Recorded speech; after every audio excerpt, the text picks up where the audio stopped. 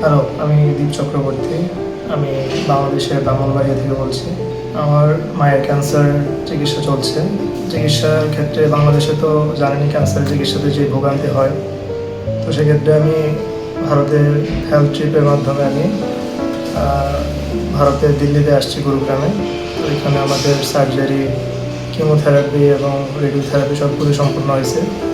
গত 3 মাস যাবত এগুলো হয়েছে। এখন আমাদের ট্রিটমেন্ট প্রায় শেষের দিকে। তো আমরা কালকে দেশে চলে যাচ্ছি। আপনারা চাইলে হেলথ ট্রিপের সাথে যুক্ত হতে পারেন ক্যান্সার চিকিৎসার জন্য। ওদের সার্ভিস খুবই ভালো। হসপিটাল হচ্ছে ফোর্টিস গুরুগ্রাম।